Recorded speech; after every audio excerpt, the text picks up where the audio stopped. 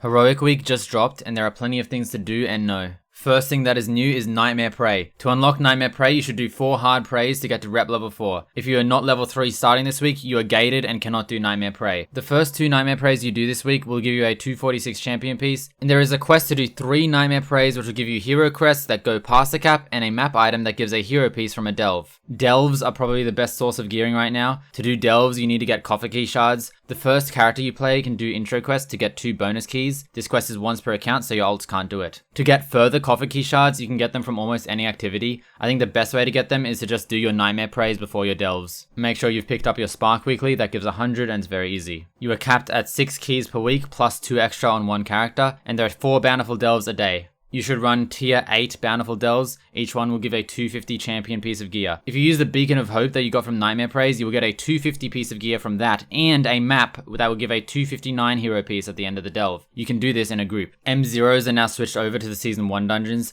They dropped 246 champion loot now and have a daily lockout. They did not get scaled up, they have the same difficulty as last week, and as we have more gear, they are pretty easy. There is a world quest in Seed of the Triumvirate in NA only that awards a 246 cloak. And there is a world boss up. It is guaranteed to drop a Warbound 253 champion piece for the first kill per account. Your ults will not get anything for killing this boss. The question mark delve boss is up. You can access it by doing a tier 10 delve deathless. And unlike Kaiveza, this boss is very important for gearing because it gives 60 hero crests and 30 myth crests past the cap. This is essentially one whole eye level for free when mythic starts. If you don't want to do the solo challenge yourself, you can do it in a 5-man, and it's pretty easy. The Void Spire and Dream Rift raids are open now. Go do them how you normally would. Note that LFR has 2 wings with 3 tier bosses, so it is very worth doing because LFR tier is as good as Heroic tier now. And that is because of a catalyst change that allows charges to drop randomly once you get any 4 set. You can get 2 catalyst charges this week if you do PvP, but don't worry because you can just wait and get the charge next week from M+ instead. Don't use them until you can make 4 set from them. PvP is not required, but you can get minor gains by farming Conquest and buying a Conquest piece and a socket for it. You can also craft PvP 246 gear with embellishments. I will go over the spending rules for the 5 crest types. Adventurer crests are irrelevant as it is very easy to get 237 gear dropped now. Use them freely if you need to. Veteran crests are now awarded from Pinnacle caches, meaning you can get 540 this week. That is more than enough. I would recommend crafting 2 blue items with veteran crests for embellishments and then putting the rest into 240 or 246 gear. Champion crests are out this week and they have a massive cap of 400. These crests are irrelevant next week, so I would recommend just spending champion crests on any good champion piece you get. If you want to farm them, I think the best way is again with repeatable Nightmare Preys. Hero crests should not be spent in any circumstance until Mythic Week. Definitely do not craft with them.